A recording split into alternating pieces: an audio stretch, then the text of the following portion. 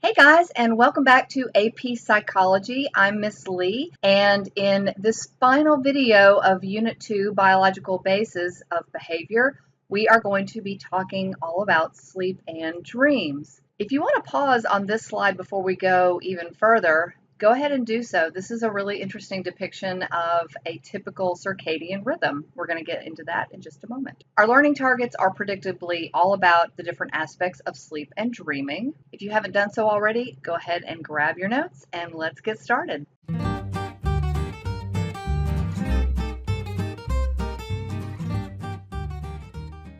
Okay, so let's talk about the rhythm of sleep. First off, it's important to understand what a circadian rhythm is.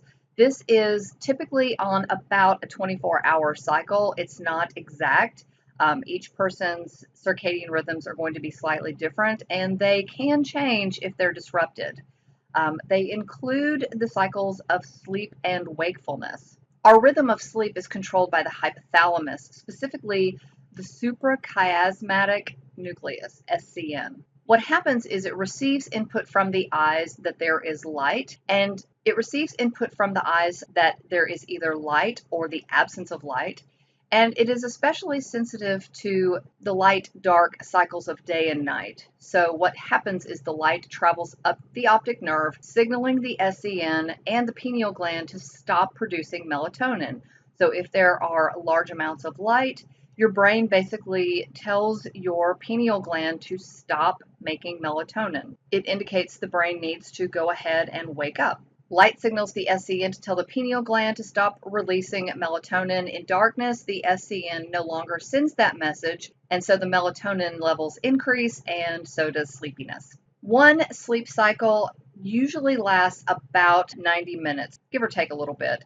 And you've got periods of wakefulness, REM sleep, and non-REM sleep. There are 3 stages of non-REM sleep. And I want you to just take a little peek of this hypnogram. This is just one sleep cycle. You can see that there are periods of wakefulness through this 90-minute period of time. This is a typical first cycle, a first 90 minutes of sleep cycle.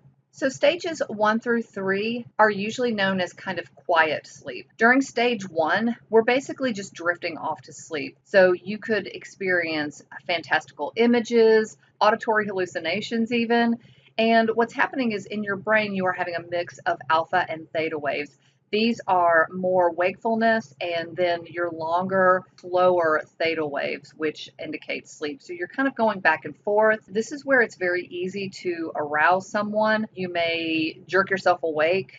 So this is stage 1. In stage 2, you are typically more relaxed. Clearly, you are asleep at this point. If you were to take a scan of the brain, what you would see are sleep spindles. These are short bursts of brain activity. And then you've got stage 3. This is the deepest stage of sleep. Someone is usually very hard to awaken during this period, and it only occurs during the first few cycles of the night.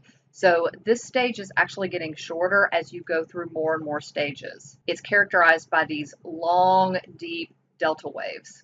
REM sleep is also known as paradoxical sleep. After reaching the deepest stage, stage 3, the sleep cycle starts moving backwards towards stage 1.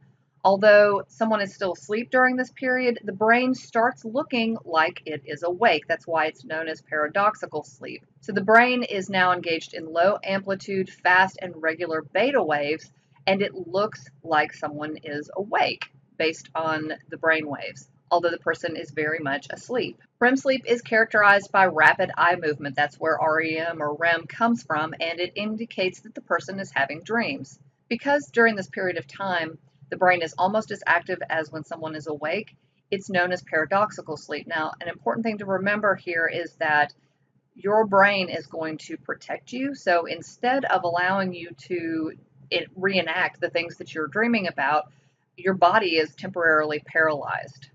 So here is a depiction of what a night of sleep might look like. As you can see, the deeper stages are getting shorter and there are longer periods of REM sleep. One thing to note here, and your book is incorrect in this as well, there are no longer 4 stages of non-REM sleep. The old stages of 3 and 4 have been combined into one stage 3 sleep. So these deeper stages shorten, then they completely go away.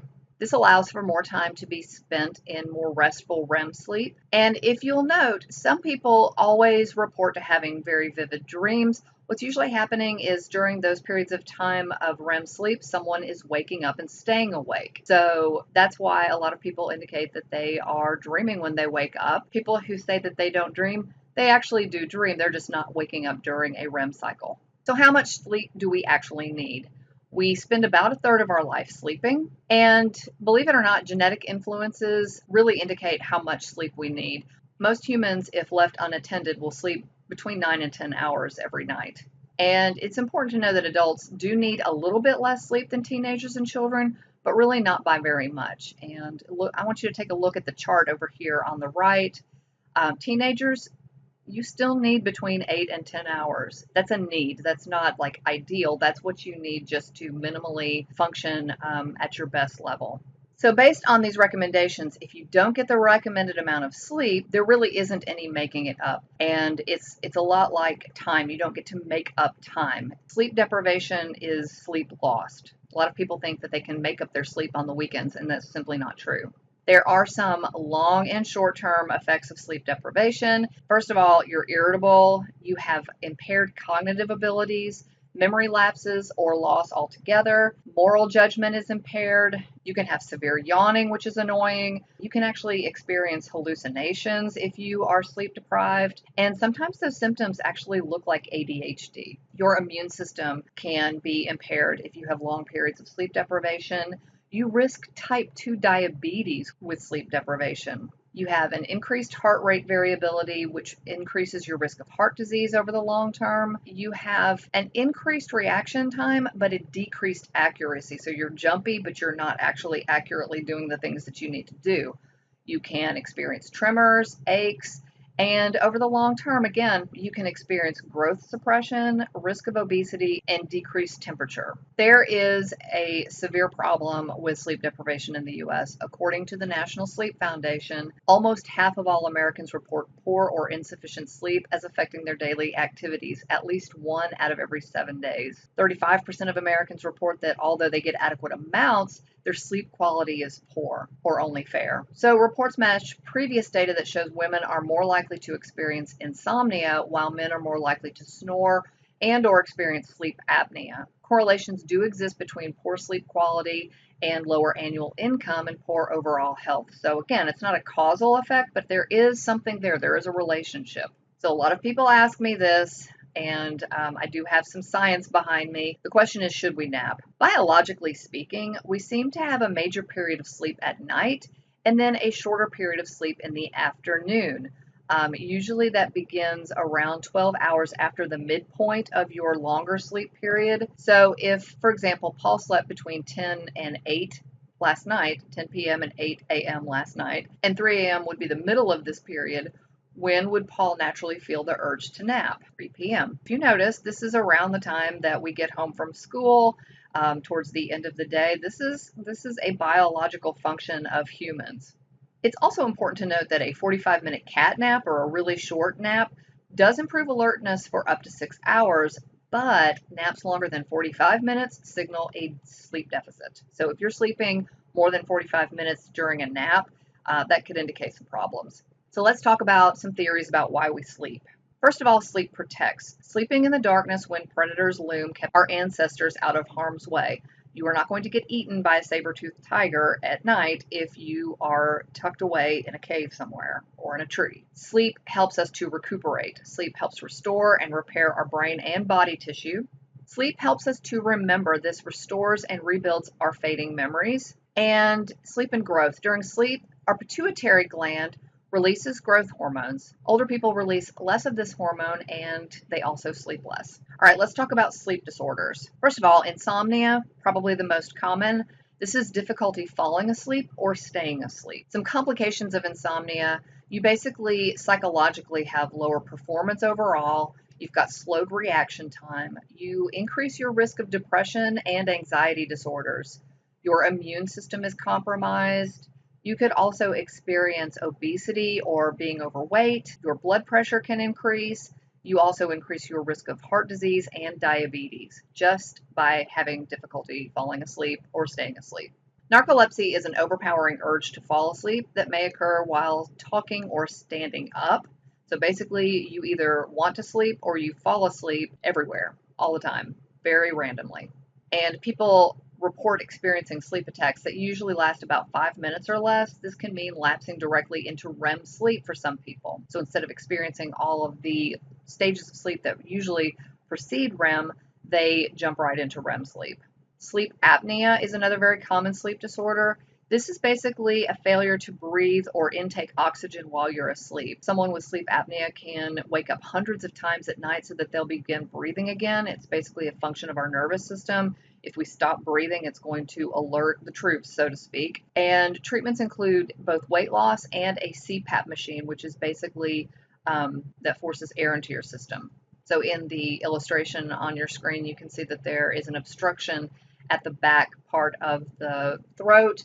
And so a CPAP machine is going to bypass this. It's going to push the air down. Night terrors is another sleep disorder. And what this is sudden arousal from sleep and intense fear accompanied by psychological reactions. This is usually only seen in children. It usually occurs during the first sleep cycle of the night, and it seems to be related to some fear that the child has. It's not the same as a nightmare, though. It's not a bad dream. It's different in that it's just images usually, and usually it's not occurring at the same period of time that dreams occur. It's not usually happening during REM sleep. Thankfully, usually children do grow out of this. Also, fortunately, if the child isn't awakened, they usually won't remember the terrors in the morning when they wake up. Sleepwalking. This is usually accompanied by a blank stare. A person might move around in very slow, kind of automatic manners. They could try to eat, get dressed, go to the bathroom in the wrong place while they're still asleep. This occurs in stage 3, so this is a very difficult period of time for someone to be awakened,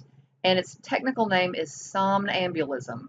Then there is REM behavior disorder, RBD. Muscles are not paralyzed. Remember, I talked to you about how in REM sleep, our muscles are usually paralyzed because a chemical that is released from our brain to keep us from reenacting our dreams. Well, in REM behavior disorder, the muscles aren't paralyzed, so the person could try to act out their dreams, usually very vivid, violent, and intense dreams. It's seen more often in middle-aged or elderly men, but it can sometimes be linked with Parkinson's disease. All right, so let's talk about dreams. Usually dreams are story-like. They unfold in, some kind of very dramatic or maybe not so dramatic mental imagery. Most commonly, dreams have some degree of likeness to daily activity, so they seem sort of realistic, but at the same time, not quite very realistic, and sometimes they can be very bizarre. So there are some theories about why we dream, and we're going to go over some of the more common ones. First of all, you've got Sigmund Freud's wish fulfillment theory. Sigmund Freud was famously known for saying that dream interpretation is the royal road to the unconscious. And he suggested that dreams provide basically like a safety valve to discharge unconscious, unpleasant, undesired wants and urges. Basically, what he said was that the manifest content, or what you remember from the storyline of your dream, is a censored version of the dream's latent content, or the underlying meaning of the dream. So even though you were dreaming one thing, it actually meant something else. Then you've got information processing. These theorists think that dreams can help sift, sort, and sort of fix the day's experiences in our memories. It is also believed that dreams are a physiological function. They basically provide our sleeping brain with periodic stimulation. So during sleep, you are developing and preserving neural pathways. So these are neural networks that are either pruned away when we are asleep, they're not being used, or they are strengthened while we are asleep. And it's important to know that neural networks of newborns are fast developing, and so newborns need more sleep. Then there is the activation synthesis theory. This suggests that in sleep, the brain is engaging in just like random neural activity. Dreams make sense of this random activity, or they try to, because the brain does not like randomness. It's going to try to make sense of something that doesn't make any sense. So basically, dreams are the brain's interpretations of its own neural activity. Basically, they mean nothing. It is believed by cognitive theorists that we dream as part of brain maturation and cognitive development. And basically, all dream researchers believe that we need REM sleep. When research has been done on people who are undergoing sleep deprivation, when they are allowed to sleep again, we usually see an increased REM sleep, kind of like trying to catch up, and this tendency is called REM rebound. And that's it for sleep and dreams. Our next video will begin Unit 3, Sensation and Perception. Can't wait to see you then. Bye for now.